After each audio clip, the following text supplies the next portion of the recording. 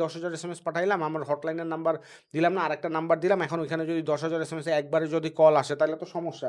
তো এটা না, এখানে SMS প্ল্যাটফর্ম যেগুলো আছে সেখানে বলা যায় যে ঘন্টায় কতগুলো SMS যাবে। সো আপনি ওইখানে রেট লিমিট করে দিতে হ্যাঁ, পারবেন। একবারের হ্যাঁ, জন্য না যায়। আরও হচ্ছে উপায় আছে, যদি রেট লিমিট নাও থাকে তাহলে আপনার যে হটলাইন আছে সেটা 3 জনের কাছে আপনি ফরওয়ার্ড করে রাখেন।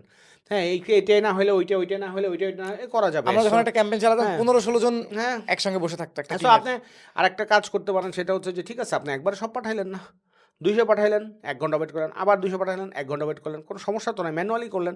যে ম্যানুয়ালের উপরে কিছু নাই, অটোমেটেড হইতে পারলে তো দিস নাথিং লাইক ইট, কিন্তু ম্যানুয়ালিও করা যায়। কিন্তু এখানে সবচেয়ে বেশি যেটা লাগবে সেটা হলো ধৈর্য।